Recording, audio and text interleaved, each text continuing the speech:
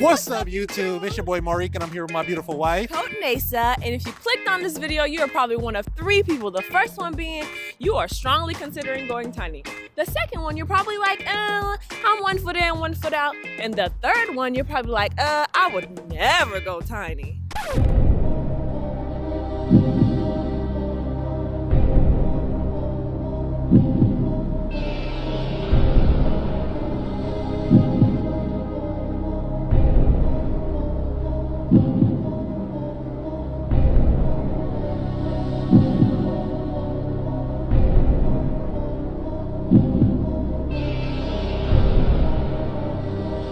Now, if you're person number 1, you're probably going to get some really good information out of this video. If you're person number 2, then you're probably on the fence. You don't really know. We bet you one of the underlying causes is found right here in this video. And if you're person number 3 and you would never go tiny in a million years, you're going to find this video pretty entertaining and probably pretty funny.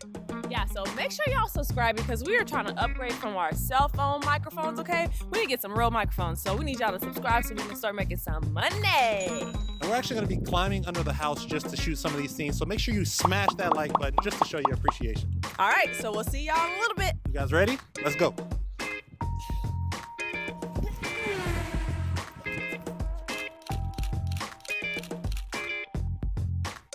All right, so remember this list is in no particular order. The first thing you should consider is where you'll park. Y'all, it took us 2 years to find a community that we loved. We thought we were gonna just quickly find an RV park to stay in temporarily, and then we'd a few months later find a nice community we'd live in, maybe in somebody's backyard, something. That was not the case. Everyone that we were talking to either had like 2 of the 3 connections that we needed or 1 out of the 3. Nobody had all of them at the same time. So it took us 2 years, literally 2 years. So if that's something that's very important to you, I'm gonna tell you to do a lot of research because it is going to take some time.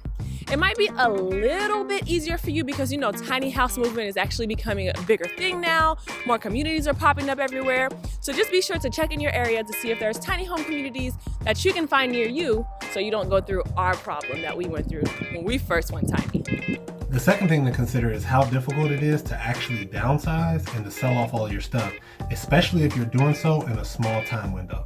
So for us now, between appliances and furniture, we really only have 5 big things. This washer dryer, this couch, this fridge, the stove, and the mattress up above. But while we were actually downsizing, we had so much more in our 1,100 square foot, 2-bedroom, 2-bathroom loft. And we had to get rid of that stuff as fast as we possibly could. So Facebook Marketplace, Let Go, OfferUp were all selling sources for us, and the pressure was on. We were trying to get in the house as fast as possible, and the house build time was about 4 months. So during that 4 months, we were actually paying already on the loan for the tiny house, as well as still paying our rent in our old and previous spot.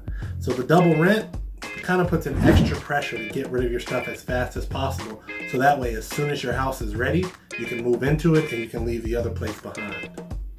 It's tough to do, so just be prepared to do it. The third thing to consider is that even though it's a tiny house, there's still going to be maintenance associated with it, some of which you've probably never ever thought about before.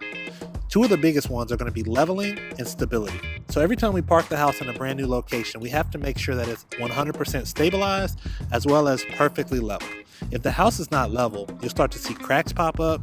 You might pour water on the floor to mop the floor and all that water runs to one corner. Or a problem that we've run into multiple times, our front door actually doesn't want to open and close or lock and unlock properly. You also can't forget about the maintenance that comes along with the plumbing situation. Now keep in mind, everybody's situation when it comes to plumbing is going to be a little bit different. It really depends on how your house is built and how everything is set up in the first place. But again, that just goes to prove my point that you're going to have to think about things that you probably never thought about before. Before we went tiny, we would flush the toilet and never think again about it. But nowadays, I can literally tell you exactly how my plumbing system works to a T.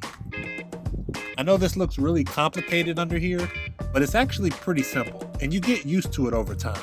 So everything that's tied together underneath of the bathroom, including the washer dryer, the shower, the sink, and the toilet, it all ties together right here, and it actually travels down the road that way. So that way, when we get to a new location, the only thing we actually have to do is run one pipe that way, one pipe from our kitchen, and then out to the septic system or to the sewage line, whichever one we're connecting up to. Again, this is going to be different depending on how your situation is set up, but just keep in mind, you're going to have to either learn this stuff or you're going to have to hire somebody to do it for you. So the fourth thing you want to consider is how hard it is to find insurance for your house. Obviously, it's your house, so you want to have it insured, but it is very difficult.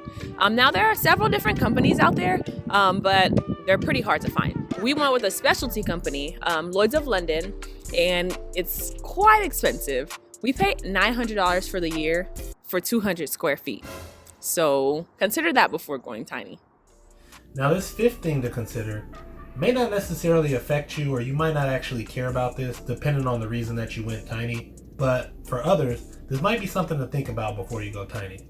And that is, the house is probably not going to appreciate in value like a traditional home. I mean, if you think about it, the market for people looking to live this lifestyle is pretty small, which makes the chances of your house being worth more later smaller as well. That, combined with the fact that most tiny house situations don't actually come with land, and land is typically what appreciates. But if you're in a situation that you're looking to be in a tiny house temporarily and you're looking to rent it out later, or maybe this is your retirement home, or a number of other reasons, appreciation might not necessarily be something that really concerns you at all. But it's just good to think about beforehand before you get into it. Now, the sixth and final thing you should consider is that not everybody is a fan of the tiny house movement. So from time to time, you'll probably hear some negative comments, maybe reading an article or maybe seeing your social media somewhere. And this is not to say that you should not go tiny because of that. So this is just to make you aware that there are negative comments out there, just to be prepared for them. A lot of TV programs and other shows and things that you'll see about the tiny house movement, sometimes it can be glamorized and people can only see like the bright and the positive and shiny side of things. So we just wanted to kind of open your mind to a few of the realities of this lifestyle that might not necessarily get talked about otherwise. So we hope that we didn't deter you. We hope that we just opened your mind a little bit to some newer possibilities and some different things that maybe you didn't think about before. So appreciate you watching. We'll catch you guys on the next one. Don't forget to leave a like, a comment, and subscribe down below. Love you guys.